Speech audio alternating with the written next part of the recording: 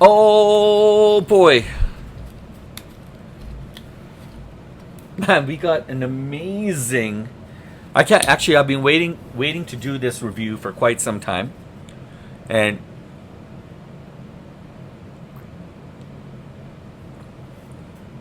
oh, that's so good. I've been waiting to do this review for a long, long time. Why did it take so long? Because it took so long for me to get a chance to come around and watch this movie. The movie just came out not too long ago. So, I'm talking about how we at Duality 9X are going to be doing a deep dive into the Marvel Studios universe, into their latest cosmic gamble, the Fantastic Four First Steps. Yes, I've seen it, been there, done that, and I've got thoughts. I've got lots of thoughts, the good, the not so good, and why this might be the fresh start that Marvel's been needing. Oh boy. Okay. All right, well, look, let's break down what worked, what could have gone further, how it stacked up to. Look, I'm not even going to hide it. It's not just me, guys. It's not just me. Just type in Fantastic Four and you'll see a lot of people, not just myself, but a lot of people are stacking this movie, the Fantastic Four, against the DC Universe, Superman. Yes, we're going there, folks. We're going to Parts Unknown and where it ranks in the recent Marvel Cinematic Universe. So buckle up. Grab your popcorn. Get your snacks, your beverages. Because we're about to throw down. No. We're going to talk. Let's talk, guys. Let's talk. Let's talk some real business here. All right? So. All right. The first steps. Fantastic Four First Steps genuinely is probably one of the most visual or visually stunning Marvel films to date. All right? And I'm not going to say that lightly here. The production, the design, you could tell a lot of work went into this film.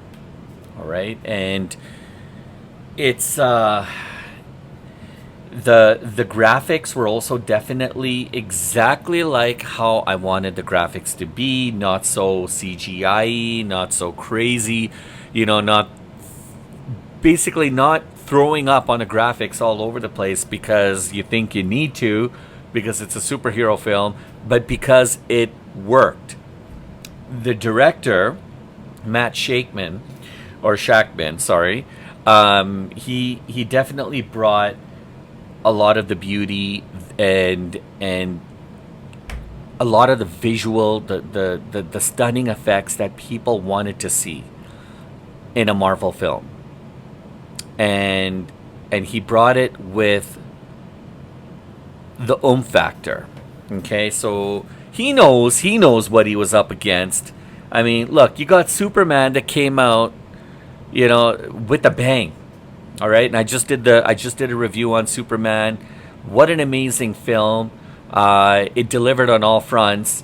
But and so sometimes people are gonna go watch that film and they're gonna be like, I don't know if I really need to watch another superhero film right now because I think I've seen it all. I've seen Superman, paid in full, signed, sealed, delivered.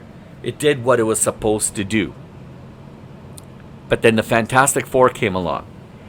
And, you've seen the Little Caesars pizza commercial, and you've seen the little teaser trailer clips, and, there's a lot of people poking fun at the actors, poking fun at the cast and the performances of the cast, and, or talking the lack of, or the kind of people that, were casted for these kind of roles, completely different from the Fantastic Four of previous. But they had Pedro Pascal. And Pedro Pascal, he's no stranger. I mean, this guy delivers. And he did good. Now, yeah, there's this interstellar kind. Oh, there's this 1960s kind of futuristic vibe. Does that make any sense? A futuristic 1960s vibe. But anyhow, um, I think you guys are gonna like this film. I think it had humor in the right places. It had the action, gripping scenes, and oh man, the characters in this film. Yeah, you know, where do I even start, guys? I mean, this is a win for me. I didn't think I was gonna do a review on the Fantastic Four, like how I'm doing. Like I honestly didn't think this was going to be that great of a film, but it turned out to be pretty darn good. Now, I was talking about the cast and its performance, so let's talk about cast and let's talk about Pedro Pascal because I brought him up. I mean, when I think of Pedro Pascal, I mean, he's such a brilliant actor. He's done so many things, but I don't know why I keep thinking of The Mandalorian. He definitely brings a very quite focused kind of confidence, to the whole Reed Richards character that I personally didn't expect, and that's saying a lot because again with an actor as great as Pedro Pascal who can literally play any role. You give him a script and he'll do it. I wasn't so sure about whether or not this was going to be the role for him. And of course, Vanessa Kirby, as Sue Storm, give us that emotional kind of leadership that the Marvel Cinematic Universe, I think, was missing. Joseph Quinn. There's so many angles here, guys. There's so many characters, and it had a very star-studded cast. It had it had a great supporting cast, and look, there's a lot of talk, and there's a lot of people talking about the Silver Surfer, Julia Garner, and I mean that in itself is a scene stealer, and the magnitude of what she brought to that scene, how powerful, cinematic, how, like, you could almost say epic. Epic would be the word that I'm looking for. It was very poetic, very haunting, and almost somewhat kinetic at the same time. Wow, like all those big buzzwords just for Julia Garner's Silver Surfer character. But, and this is a big but, yes, a big purple but, and that goes, in my opinion, the character of all characters.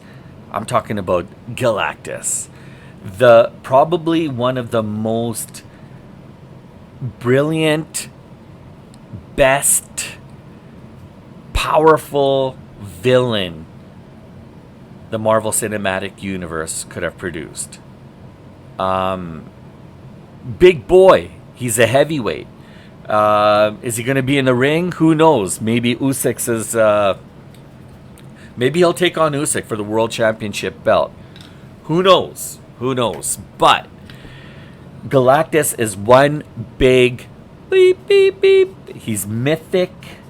He's a legend, and the monstrosity of Galactus in itself can be talked about, and I could dedicate a whole video review just on Galactus because this man was a bad man, dangerous, Mr. Dangerous, and somehow he wasn't funny, quirky, ridiculous as some people might have anticipated.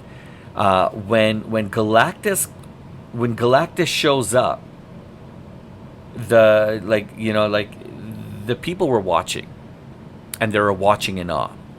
And I was thinking about Thanos, right? And I was thinking about this particular character had that smooth kind of voice, and he had that rhythm and just that cool, calm, collective kind of attitude, very mafioso like. But this is no Thanos. Galactus is the big honcho, the big dog. Yeah, you guys got to watch it just because of Galactus, just because of Silver Surfer, the visuals, the world building. Yeah, I mean, it's rich, it's layered, it's full of details. And there are so many stories. Like we're actually talking. I was talking to a couple people, and they were saying that there's so many different stories you can spin off of just watching this movie.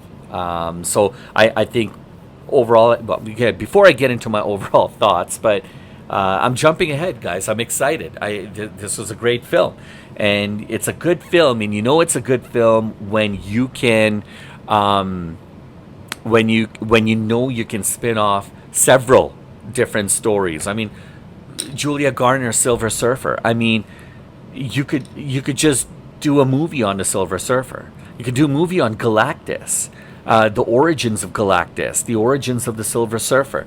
There's so many different things that you could do. So good on the Marvel Cinematic Universe, good on Marvel Studios, good on Matt Shackman, because now they've got something to rival the DC Universe. Pound for pound, we'll get into that. The musical scores were great. Probably some of the best that I've seen in Marvel, heard in Marvel. Very poetic, emotional. You kind of get lost in the scores. Very very nice, right? And very the film had a very grounded tone. If you're into space, and if you're into and I love space. I mean, who doesn't, right? I mean, yeah, there's lots, guys. There's lots to play on this film, and I'm trying to be careful with with the things that I say, because I don't want to give away too much where it takes the whole sizzle out of the steak, right? It takes a whole excitement out of wanting to watch this movie, because I know there's still quite a few people that still haven't seen this movie, and there's still quite a few people that haven't seen Superman either. So, one of the things that I was talking about in Superman was there were some scenes that kind of drag a little bit, right? And yeah, that some of the scenes take a little longer than they should, right? Your butt kind of moves around a little too much in the chair, that the scene's gotta be a little bit quicker. But yeah, in Fantastic Four, there's a few scenes definitely like that as well too, and the first act kind of drags a bit as well too. There's a lot of world setup, and I liked it. I think it was great. It's definitely emotional. I don't know if I had a dollar for every time I said emotional, poetic, visually stunning. Yeah, it brings all of that, right? And you feel like when you're watching this film, you feel like something is about to happen, right? And you almost get that feel. Like, it's not like watching other films where you're waiting, waiting, waiting. Whereas with this particular film, you know when it's going to happen. You know when the big scenes are about to happen. And it's great because it catches you sometimes a little off guard. And I'm not saying it's predictable, no, but it's good. It was a good film. Like, you knew something was going to happen. You're kind of expecting it, but you're not bored. And you're really excited about wanting to see it. And once the big dog appears, yeah, that's when it kicks off, guys. I'd love to see Galactus. I'd love to see, like, the Marvel worlds, kind of come together. Yeah, I mean, with all the big superheroes that we love, and then how they would take on Galactus. Yeah, that would be pretty cool. That would be really good. So, there's a lot of people that have been watching on social media talking about, is this movie better than Thunderbolts? Well, it depends on what you're looking for, because The Thunderbolts had a very had a different kind of energy, a different kind of a feel, vibe to the film, right? There was some very sharp interactions between the characters. It got a little bit dark. I mean, it was humorous, and all of a sudden it went dark. I kind of like the Thunderbolts, to be honest. It was good. When we're talking about comparing this to the likes of Superman, that's a heavyweight bout. I mean, that's a heavyweight championship fight, guys. And I'm not a fortune teller. I don't like predicting things. I like watching a good fight. And there were times where Superman felt a little predictable with the humor. But I thoroughly enjoyed it. I thought it was really, really good. But at the same time, the first steps definitely proved itself to be a surprise hit, a surprise. Yeah, definitely. I was definitely surprised by how great this film was. I said great, not good. You guys got to watch this film. It's something else. It's really good. At the end of the day, the Fantastic Four is going to be the Fantastic Four. The first steps was definitely a very bold, out of the gates, quick, trying to land, not trying to necessarily land the knockout punch so quick, ready to stay the distance in the course of the fight. Here I go again with my boxing and fighting analogies, but it's definitely what the franchise needed, which was a reset. It was a reset because it needed to be evergreen. It was getting stale for so long, and here they came with the big bang, and understanding the stakes, understanding that Superman's there as well too. It definitely landed some pretty big blows. Whether it was a knockout punch to Superman, I don't know. Was it a knockout punch to the Thunderbolts? I don't know if it was a knockout punch. Which was a better movie? I'm not going to go there, but I want you guys to watch it and you guys tell me. It was brainy, it was great, and it delivered on a lot of fronts for me. And I've heard some people comparing this to James Gunn's Guardians of the Galaxy. Man, maybe. This was a good film, guys. Yeah,